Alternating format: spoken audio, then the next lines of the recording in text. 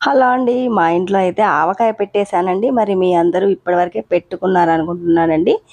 నేనైతే ఈరోజే పెట్టానండి ఆవకాయ అయితే. తెలంగాణ స్టైల్‌లో ఆవకాయ పచ్చడి ఎలా పెట్టాలో చూసేద్దాం రండి మరి.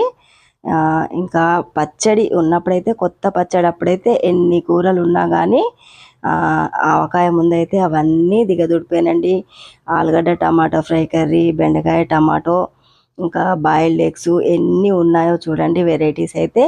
కానీ నాకైతే ఇవేవి వద్దు, కొత్త ఆవకాయ తినాలని అనిపిస్తుందండి మనసుకైతే. ఇంకా నేనైతే ఆవకాయ పెట్టినప్పటి నుంచి ఎప్పుడెప్పుడు తిందామా, అన్నం ఎప్పుడెప్పుడు వండుదామా అన్నట్టుగా ఉందండి మనసుకైతే. చక్కగా ఆవకాయ అయితే వేసేసుకుని వేడి వేడి అన్నంలో తినేసానండి. చాలా బాగా కుదిరిందండి పచ్చడి అయితే. చాలా టేస్ట్గా ఎమ్మిగా ఉందండి. మరి ఈ పచ్చడి ఎలా చేయాలో ఇంకా మరి చూసేద్దాం రండి. తెలంగాణ స్టైల్లో ఆవకాయ పచ్చడి అండి. నేను ఇలా పెడతాను, ఇంకా మీకైతే ఉన్నది ఉన్నట్టుగా చూపించేస్తాను. మరి వచ్చేయండి. ఆవకాయని చూస్తుంటేనే మీ నోరు కూడా ఊరిపోతుంది కదండి. ఇంకా ఊరించడం వద్దండి, ఇంకా రండి మరి.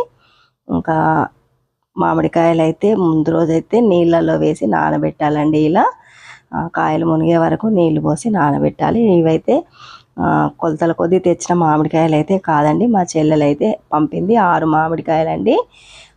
కొలిస్తే కేజీ అవుతాయి కాబట్టి, కానీ నేనైతే కొలతలు ఏమీ అవసరం లేకుండా చెప్తున్నానండి. ఇంకా ముందు రోజు నానేసిన మామిడికాయలను తీసి నీళ్ళు ఏమీ లేకుండా మొత్తం ఆరిపోయే వరకు ఆరనిచ్చి ఇలా ముక్కలుగా కట్ చేసుకొని పెట్టుకోవాలండి. ఇంకా ఒక టీ గ్లాస్ వరకు అయితే ఆవాలు తీసుకుంటున్నాను, ఒక స్పూన్ మెంతులు తీసుకుంటున్నాను. వీటినైతే వేయించుకోవాలండి. ఈ రెండు స్టవ్ పైన పెట్టి చిటపటలు ఆడేంత వరకు వేయించుకొని దించేసుకోవాలండి. ఆవాలు మెంతులు వేగుతున్నప్పుడు మంచి అరోమా వస్తుందండి. ఇంకా మనకైతే అవి వేగిపోయాయి అని అయితే తెలవడానికి అన్నట్టుగా. ఇంతే అండి, దించి పక్కన పెట్టుకోవాలి. ఎక్కువసేపు ఏమీ అవసరం లేదండి.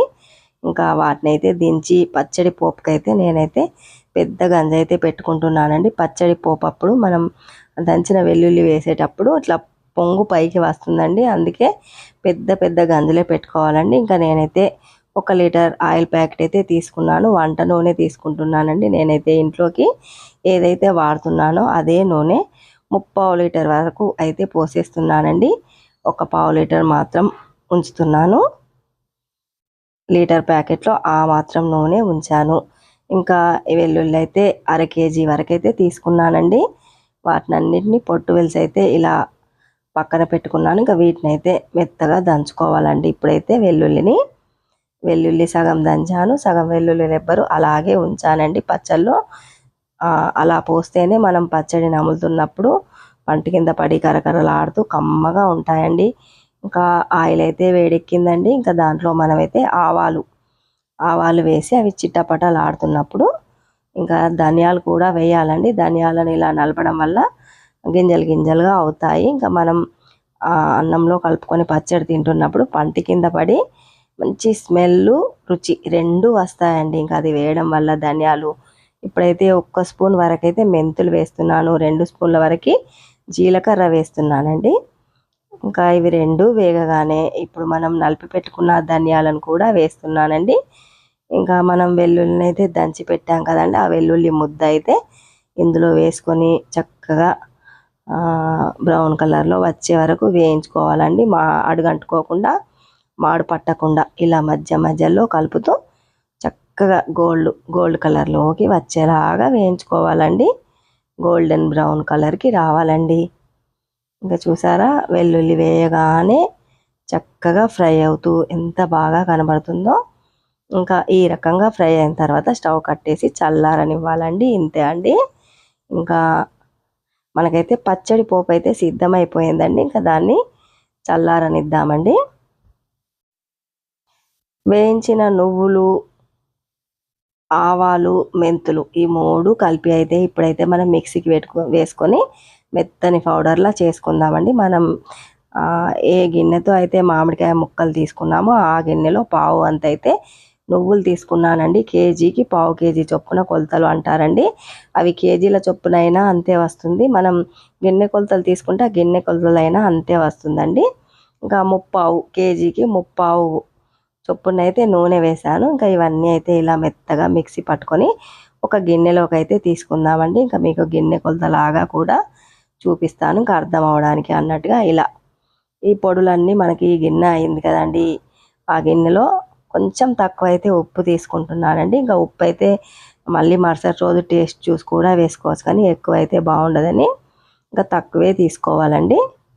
ఉప్పు అయితే అందులో హాఫ్కి కొంచెం ఎక్కువ తీసుకున్నాను. ఇంకా దాంతో ఆ గిన్నెతో గిన్నెడు కారం అయితే తీసుకున్నానండి. ఇంకా నేనే పట్టించిన ఎర్ర కారం పొడి అండి, పెద్ద మిరపకాయలతో, తోట మిరపకాయలతో పట్టించిన ఎర్రని కారం పొడి.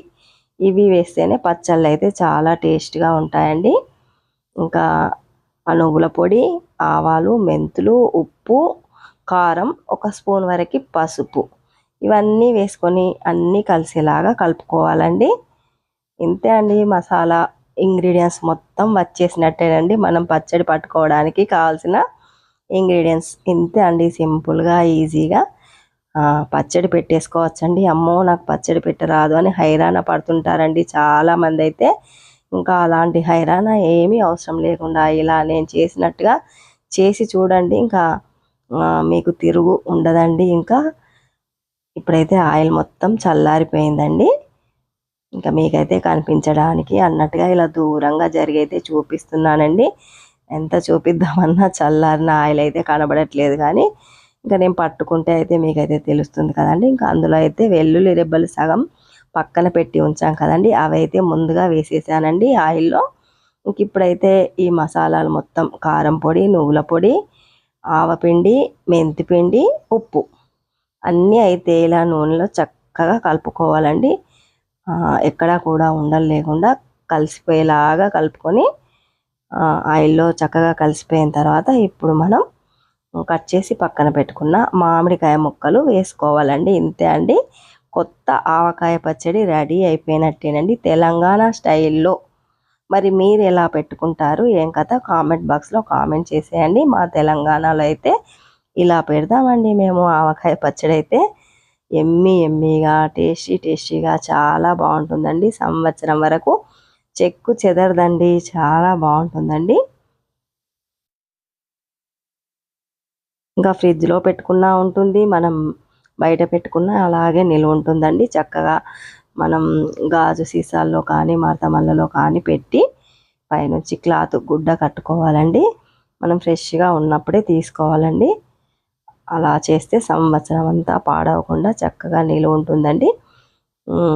ఇంకా ఎట్టకేలకైతే నేనైతే ఈ సంవత్సరం ఆవకాయ పచ్చడి అయితే పెట్టేశానండి. మధ్యలో అయితే 2 సార్లు జీడి మామిడికాయలతోని పెట్టేశాను. ఇంకా టేస్ట్ కూడా చేస్తున్నాను. ఇంకా పచ్చళ్ళు కూడా ఉన్నాయి. కాకపోతే ఇలా టెంక కట్టిన మామిడికాయలతో సంవత్సరం అంతా నిలవ ఉండే పచ్చడి అయితే పెట్టలేదండి. ఇంకా ఈ రోజుకైతే పెట్టడం అయిందండి. ఏప్రిల్ నెలలో మొదలుపెట్టి మే వరకు అయితే పెట్టుకుంటారండి సంవత్సరం అంతా నిలవ ఉండే ఆవకాయ పచ్చళ్ళు అయితే.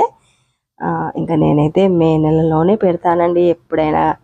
ఇలా చూసారా ఎంత లూజుగా గ్రేవీగా ఎంత బాగా కనబడుతుందో పచ్చడి. ఇలా ఉంటే మరుసటి రోజు కల్లా చక్కగా ఊరిపోతుందండి. ఇంకా ఉప్పు, కారం, మసాలా అంతా కరిగిపోయి చక్కని గ్రేవీలా ఫామ్ అవుతుందండి. ఇంకా పైకి నూనె తేరుతుంది. ఇంకా దీన్ని అయితే తీసి ఇంకా స్టీల్ డబ్బాలో డంప్ చేసి అయితే భద్రపరిచానండి. ఇంకా మరుసటి రోజుకైతే ఎలా ఉంటుందో మరి మీరే చూసేయండి. మరి థ్యాంక్ యూ ఫ్రెండ్స్. మాను కేర్ ఆఫ్ సీను ఛానల్ని సబ్స్క్రైబ్ చేయండి, లైక్ చేయండి, షేర్ చేయండి. మరిన్ని ఇంట్రెస్టింగ్ వీడియోస్తో మీ ముందుకి వస్తూనే ఉంటాను. ఇంకా నా ఛానల్ని చూస్తూనే ఉండండి. ఇంకా నేనైతే పచ్చడి కలిపి ఆ స్పూన్తోనే దానికి ఉన్న మెరవైతే టేస్ట్ చేశానండి. ఆసంగా ఉందండి, చాలా బాగుంది. ఇంకా పచ్చడి అయితే ఇంకా నేనైతే ఊరిస్తూ ఉంటే మీకైతే నోట్లోంచి నీళ్ళు వచ్చేస్తున్నాయి కదండి. ఇంకా ఇప్పుడైతే మనం పచ్చడి ఎలా ఉందో టేస్ట్ చేసేద్దాం రండి. మరి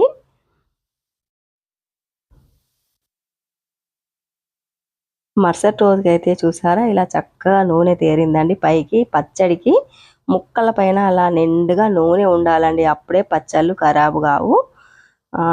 పచ్చడి పైన అలా నూనె తేరేలాగా ఉండాలండి. ఆయిల్ అయితే ఎక్కువే పడుతుందండి.